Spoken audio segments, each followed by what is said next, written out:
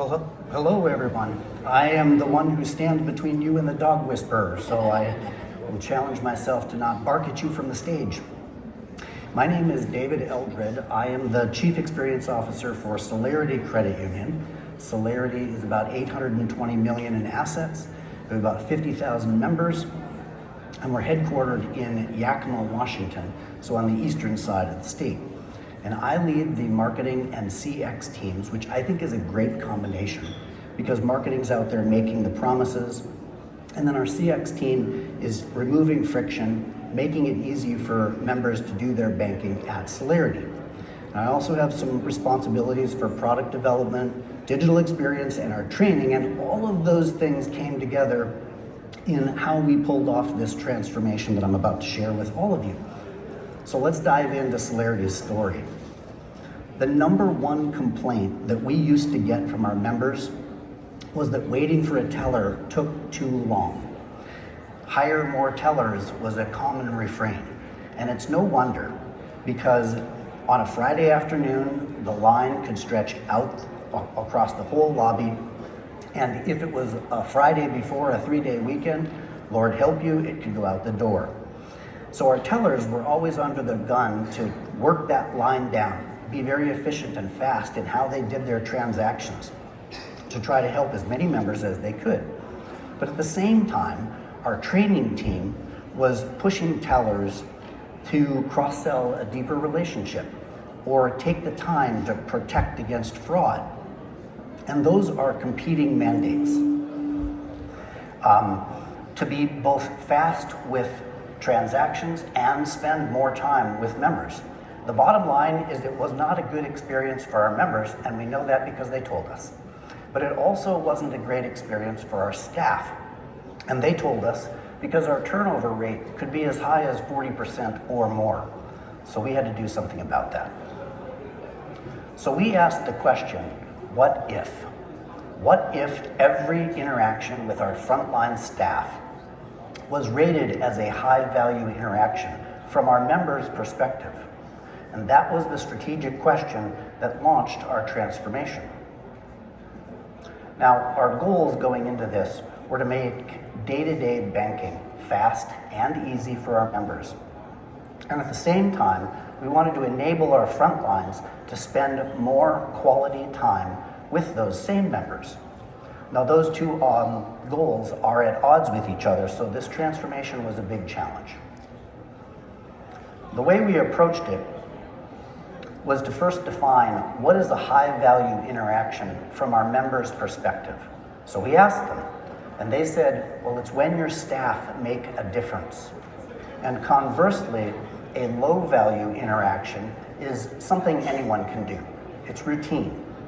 So what did we do with that information? Well, we eliminated tellers from all of our lobbies. And instead, we put in place interactive teller machines, ITMs. Now, we call them smart ATMs because they could literally do almost everything that a teller used to be able to do. Now, what did we do with our tellers, you might ask? Well, we promoted them. Tellers became what we call financial guides. And financial guides' responsibilities are to open accounts, help members apply for loans, or to solve problems. What they don't do is transactions. That's what the smart ATMs are for. Now, COVID was the unique opportunity when all of this kicked off for us. And it was a unique opportunity to transform both the branch experience as well as our business model.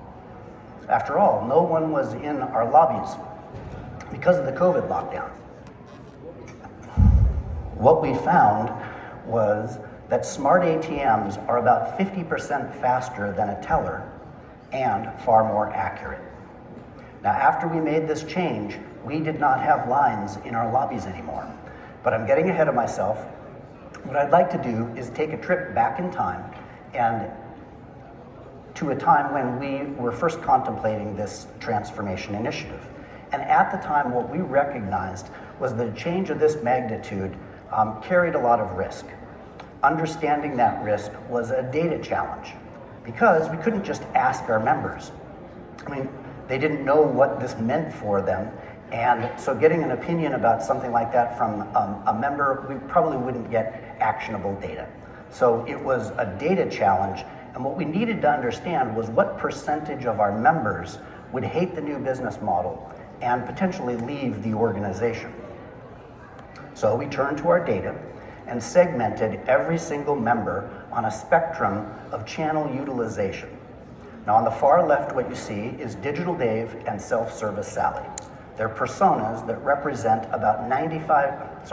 represent members who do 95% or more of their transactions via digital and self-service channels. And on the far right of the spectrum is the exact opposite, Branch Betty, who does 100% of her transactions through human-assisted channels, like our tellers and our contact center. Now, Branch Betty represented about 20% of our members, and Dependent Daniel, right next to her on that spectrum, represented an additional 10% of our members. What that meant to us was that 70% of our members were already doing most of their transacting through digital and self-service channels. And what we felt that told us was that they would embrace this transformation, and that gave us the confidence to move forward with the initiative. So we deployed our smart ATMs in all of our lobbies. We did retain tellers in our drive-thrus during phase 1 of this initiative. And what you see on the screen before you is an employee showing a member how to use the new smart ATMs. And it's important to note that our configuration of the smart ATMs is as a self-service kiosk.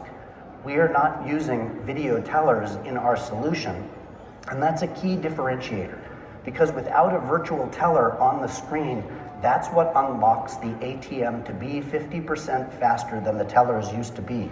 There's no bottleneck waiting for a virtual teller to appear on the screen, and as a result, there are no lines in our lobbies. Now, to be sure, not every member liked this change. Branch Betty, Dependent Daniel, they were a vocal minority and expressed their displeasure at times through our surveying program or to our front lines. But as members embraced the transformation, they tended to migrate higher and higher on a spectrum of digital and self-service transactions. Now, if they insisted on using a teller, they could go through our drive-thru, where we still had tellers. But the lines tended to be long, and that gave those members an incentive to really embrace the transformation and give the smart ATMs a try. And it was particularly gratifying for us when a previous skeptic or a naysayer would, a couple months later, turn around and become an advocate for the program.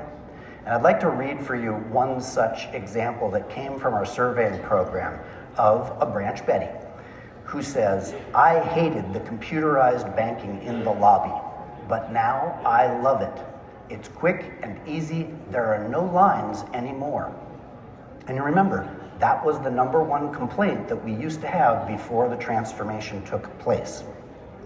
Now that success gave us the confidence to focus more and more on Digital Dave as our target persona. We optimized more and more for what we thought Digital Dave wanted from us as his financial institution. And those changes spanned the big three of people, process, and technology. But as we made more and more business decisions with Digital Dave at the center of our universe, issues with our model did start to appear. For example, sometimes a Digital Dave would walk in the lobby, take a look around and say, "I don't like this, bring back the tellers." And that's not something we would have expected a Digital Dave to say. So what that told us was that our channel utilization segmentation model didn't have enough data to help us deeply understand our member. So what did we do? We set about creating a new segmentation model that was much more robust. It included over 200 different data points about every single member. And it spanned everything from demographics to the products and services that they use, which channels they prefer, and how they behave online and in our mobile app. And we mapped all of that data into a 2x2 matrix, and that's what you see on the screen. Engagement is the horizontal axis, and engagement in our world is any transaction that's initiated by a member. Now, sustainability is the vertical axis, and sustainability is a euphemism for profitability, because while we are a credit union, we do have to keep the lights on, and it's important for us to understand the profitability of our products and services and how that rolls through our membership. So what you can see from this data is that Digital Dave and Casual Kate, our former personas, dominate the upper right quadrant of the 2x2 matrix. That upper right quadrant of highly engaged and sustainable members became our new target segment. Now, it's worth noting that none of this was guesswork. We didn't send a survey to a few members and then extrapolate that across the entire membership. This represents every single member mapped through the data that they have with our organization. And we update that data every single week so that we can track the migration of members as they move higher and higher spectrum of engagement and sustainability. Now, it's a lot of data. So we used a machine learning algorithm to evaluate the data and identify insights that we could use to better serve and better understand our members.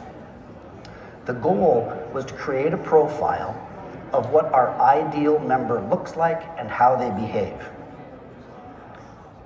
Now, we aren't big enough to have a data scientist on staff, so we outsourced that work in the machine learning algorithm to a vendor partner named BDO.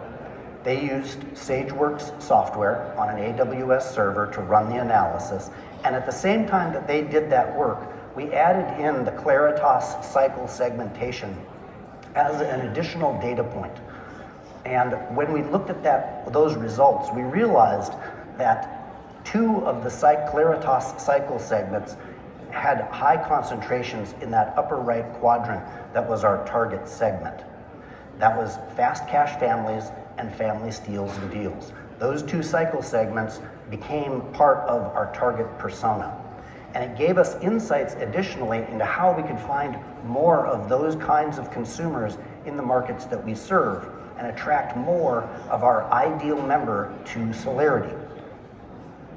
Now, the result of all of that work is a new definition of our target persona. Her name is Engaged Elena. She's between 38 and 42 years old. She's married, typically has 2 kids, and is a homeowner. She actively uses her debit and credit card and prefers digital and self-service channels, so much so that she only comes to the branch about 3 times a year or less.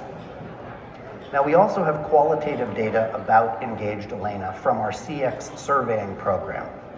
And what we can say is that Engaged Elena is very happy with Solarity. Her Net Promoter Score is 21 points higher than any other member segment, which in our world is a 46% differential compared to other members. She also has the highest products and services per member cross-sell ratio at 6.11. And her median balance is about 8 times higher than other members. So she's valuable to us, and she's getting value from the value proposition that Solarity is presenting. Finally, and also importantly, is her aspirations for her financial future make her very open to our staff's suggestions and consultations on how she can get more from her membership. Now, we continued the transformation that started as branch transformation to phase 2, which we now call branch evolution. We are now a completely tellerless organization, even in our drive-thru. There are no tellers. And what we know from our surveying, having completed this journey, is that 75% of member interactions are rated by members as high value, where our staff made a difference.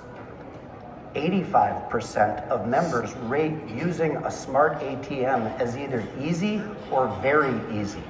And if we add in the neutral ratings, we're at over 94% of our members having a positive experience at the smart ATMs. Last is, and very importantly, our staff are also very engaged. Turnover in our frontline staff is down by over 50%. And as a result of spending more quality time with members, our products and services per member in that highly engaged and sustainable segment has reached 6.11. We also estimate that we have prevented hundreds of thousands of dollars in fraud by catching it either in process or preventing it entirely. And I have to say estimated because if we didn't have a loss, then we don't have something to measure. But we have anecdotal evidence that this is happening on a routine basis. The bottom line is that the vast majority of our members embraced the change and moved higher on the spectrum of digital and self-service transactions, including our branch Betties. Now, recently, we opened a new branch in a new market, and this was a perfect litmus test of how a market that doesn't know us would react to this business model. And I'd like to share a quote from a new member that we acquired from that grand opening celebration just a few months ago. And it goes like this: "The credit union I used to bank at just focused on the transaction. They didn't really help me. I like your approach." This quote really perfectly illustrates the value proposition in action. That's what we're all about, spending more time with our members. And this new member gets it. Now, the transformation journey was not always comfortable. It took us upwards of 3 years to complete it from phase 1 to phase 2. But the approach throughout that process of using the data segmentation to really deeply understand our members helped us maintain our confidence and our focus throughout that journey. We're happy with the outcomes and happy with the new business model. We continue to make better banking experiences based on our target persona. Now, if you'd like to connect with me afterwards, I'm happy to talk shop. My LinkedIn profile is on the screen and I'm in the conference app. Thank you for your time today.